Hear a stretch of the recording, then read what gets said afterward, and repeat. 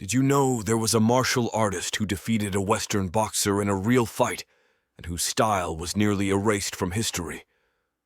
His name was Motobu Choki, a rebellious karateka who despised rules and believed only in what worked in real combat.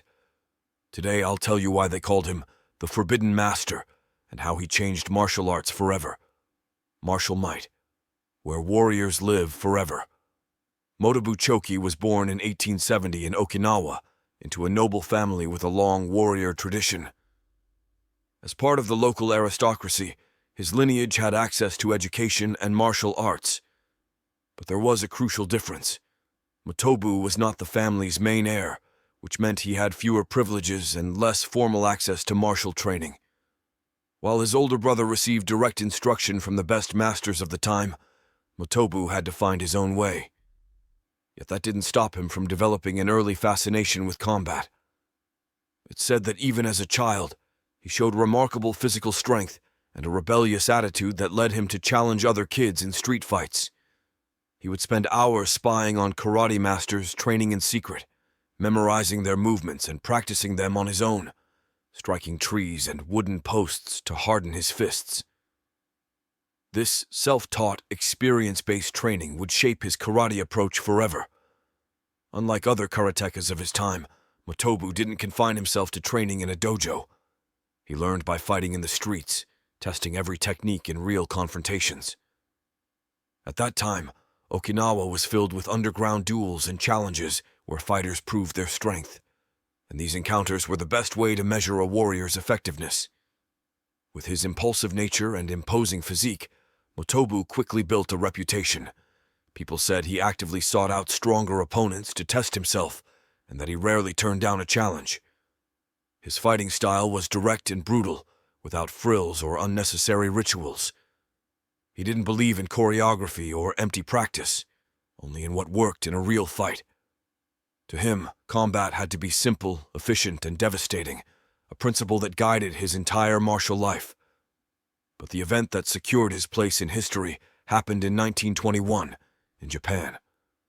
Motobu, who was already over 50 years old, was in Kyoto when he heard about a challenge match involving a Western boxer who was making waves.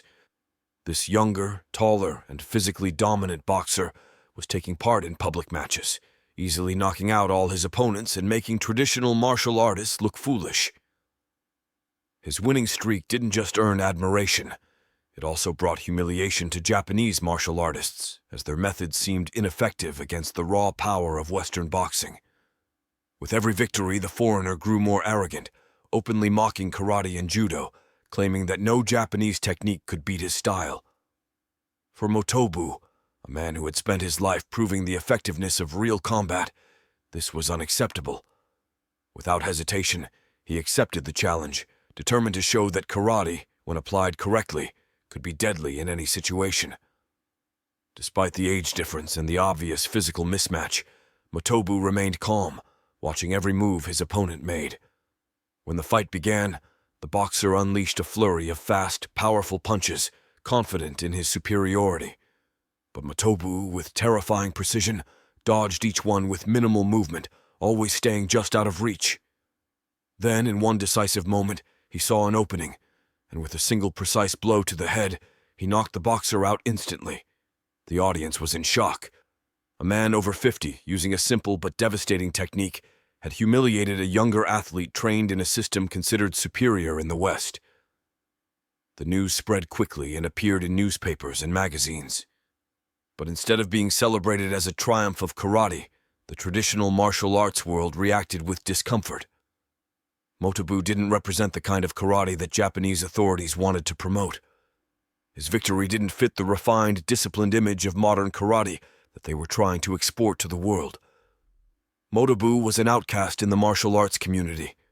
His pragmatic, brutal approach to combat clashed with the more refined, philosophical vision promoted by other masters. He didn't follow established norms, had a defiant attitude, and openly criticized modern karate as impractical, arguing that it was becoming too stylized and drifting away from its true purpose: fighting. For him, forms and katas only had value if they were applicable in real combat. and he disdained those who taught karate without having tested their techniques in an actual fight. His victory over the Western boxer wasn't hailed as a national pride. It was treated as an uncomfortable problem. Instead of promoting it as proof of karate's superiority over other disciplines, many masters deliberately ignored it. For the martial elite of the time, Motobu represented a type of karate that was too raw, more associated with street fighters than with the honorable, disciplined image they wanted to present. Even more shocking is that his feat was distorted. Some articles from the era claimed that the man who had defeated the boxer was actually Funakoshi Gichin, the founder of Shotokan karate.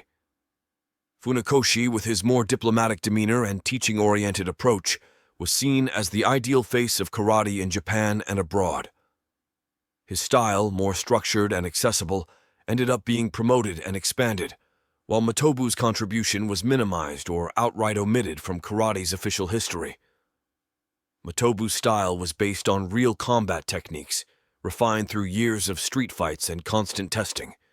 His specialty was the use of Naifuanchin, or Naihanchi, a kata he considered the essence of true karate. While other styles promoted low stances, wide strikes, and elegant movements, Motobu saw Naihanchi as a tool for real combat. Solid posture, short but powerful strikes, and movements designed for fighting in tight spaces, like alleys or indoors. Unlike other masters who preferred to keep their distance and rely on precise strikes from afar, Motobu emphasized close-quarters combat, believing that's where most real fights were decided. His blocks were aggressive, meant to injure the attacker rather than just deflect blows.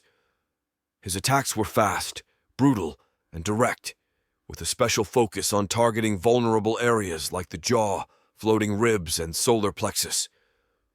But what truly set his style apart from modern karate was his focus on total combat. He didn't just trade punches while standing. He used takedowns, grabs, and even ground techniques, something almost unheard of in traditional karate. To Motobu, a true martial artist had to be prepared for any situation, no matter the distance or type of opponent. This approach made him an extremely dangerous and effective fighter, but also a controversial figure in the martial arts community, who saw his style as too violent and unorthodox. Still, despite his skill, he was never fully accepted by the Japanese martial arts establishment. Funakoshi, who promoted a more refined and philosophical karate, had more influence and managed to make his version of karate the one taught officially in Japan and later around the world.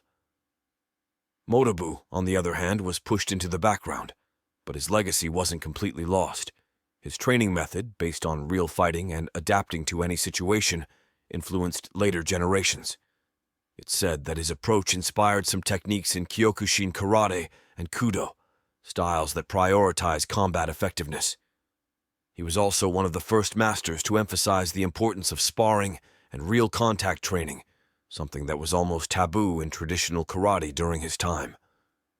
Today, Motobu Choki is remembered as a forgotten master, a warrior who challenged the norms and proved that effectiveness in combat is all that truly matters in martial arts. His story is a reminder that tradition without real testing is only a shadow of what could have been. And now tell me, what do you think of Motobu's philosophy? Do you believe karate should return to its combative roots, or is the more structured modern version better? Let me know your thoughts in the comments, and don't miss the next video. Click now